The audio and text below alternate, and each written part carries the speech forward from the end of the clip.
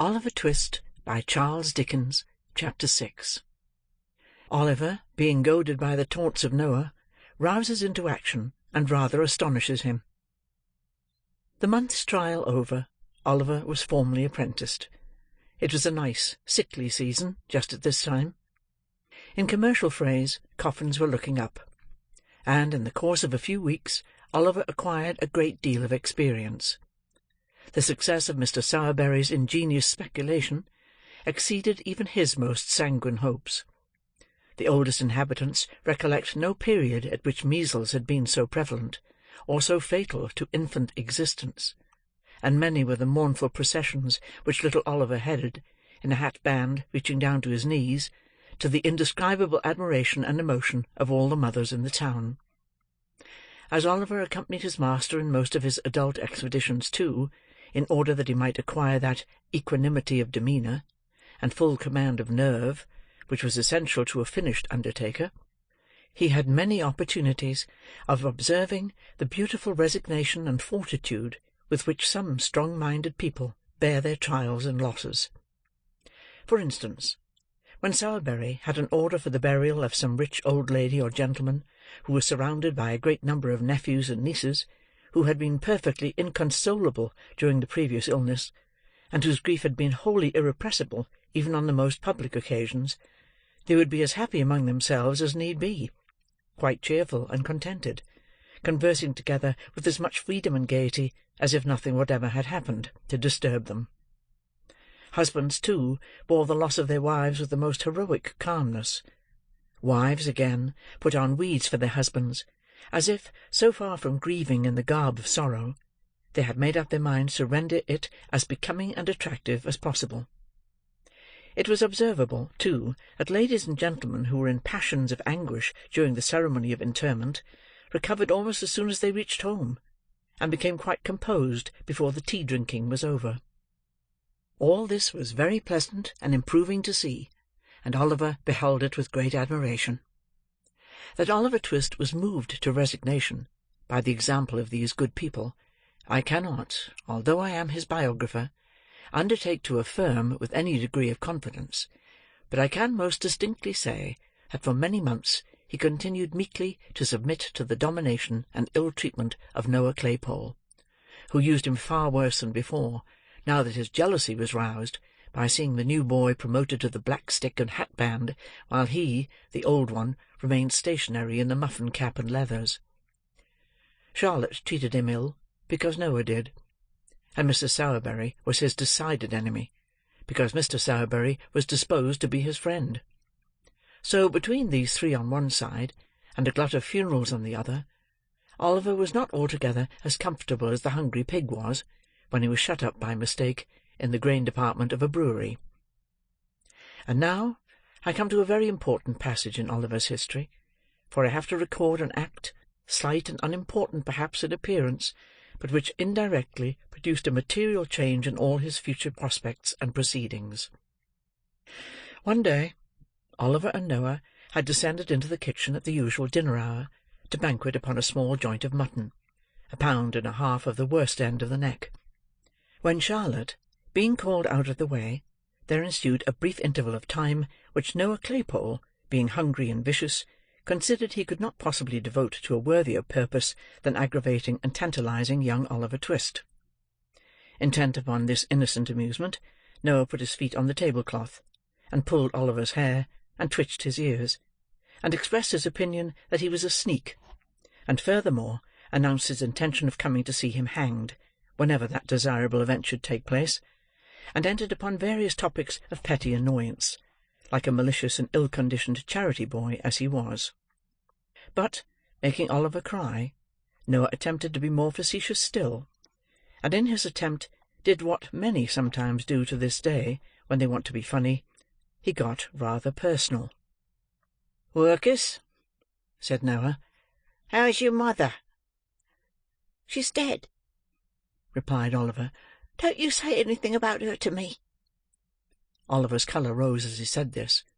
He breathed quickly, and there was a curious working of the mouth and nostrils, which Mr. Claypole thought must be the immediate precursor of a violent fit of crying. Under this impression, he returned to the charge. "What did she die of, Work'us?" said Noah. "Of a broken heart. Some of our old nurses told me," replied Oliver, more as if he were talking to himself than answering Noah. "I think I know what it must be to die of that." "Tol-de-roll-lo-lo, rightful Larry, Work'us," said Noah, as a tear rolled down Oliver's cheek. "What set you a-snivelling now?" "Not you," replied Oliver sharply. "There, that's enough. Don't say anything more to me about her. You'd better not." "Better not!" exclaimed Noah. "Well, better not, Work'us. Don't be impudent. Your mother, too. She was a nice un, she was. Oh, Lor!" And here Noah nodded his head expressively, and curled up as much of his small red nose as muscular action could collect together for the occasion. "You know, Work'us," continued Noah, emboldened by Oliver's silence, and speaking in a jeering tone of affected pity, of all tones the most annoying, "you know, Work'us, it can't be helped now, and of course you couldn't help it then, and I'm very sorry for it, and I'm sure we all are, and pity her very much. But you must know, Work'us, your mother was a regular right down bad un." "What did you say?" inquired Oliver, looking up very quickly. "A regular right down bad un, Work'us," replied Noah coolly. "And it's a great deal better, Work'us, as she died when she did, or else she'd have been hard labouring in Bridewell, or transported, or hung, which is more likely than either, isn't it?" Crimson with fury, Oliver started up, overthrew the chair and table, seized Noah by the throat, shook him in the violence of his rage till his teeth chattered in his head, and collecting his whole force into one heavy blow, felled him to the ground. A minute ago, the boy had looked the quiet child, mild, dejected creature that harsh treatment had made him, but his spirit was roused at last. The cruel insult to his dead mother had set his blood on fire. His breast heaved, his attitude was erect, his eyes bright and vivid, his whole person changed, as he stood glaring over the cowardly tormentor who now lay crouching at his feet, and defied him with an energy he had never known before. "You murder me!" blubbered Noah. "Charlotte, Mrs., is the new boy a murdering of me? Help! Help! Oliver's gone bad! Charlotte!" Noah's shouts were responded to by a loud scream from Charlotte, and a louder one from Mrs. Sowerberry, the former of whom rushed into the kitchen by a side door, while the latter paused on the staircase till she was quite certain that it was consistent with the preservation of human life to come further down. "Oh, you little wretch!" screamed Charlotte, seizing Oliver with her utmost force, which was about equal to that of a moderately strong man in particularly good training. "Oh, you little ungrateful, murderous, horrid villain!" And between every syllable, Charlotte gave Oliver a blow with all her might, accompanying it with a scream for the benefit of society. Charlotte's fist was by no means a light one, but, lest it should not be effectual in calming Oliver's wrath, Mrs. Sowerberry plunged into the kitchen, and assisted to hold him with one hand while she scratched his face with the other. In this favourable position of affairs, Noah rose from the ground and pommelled him behind. This was rather too violent exercise to last long. When they were all wearied out, and could tear and beat no longer, they dragged Oliver, struggling and shouting, but nothing daunted, into the dust-cellar, and there locked him up.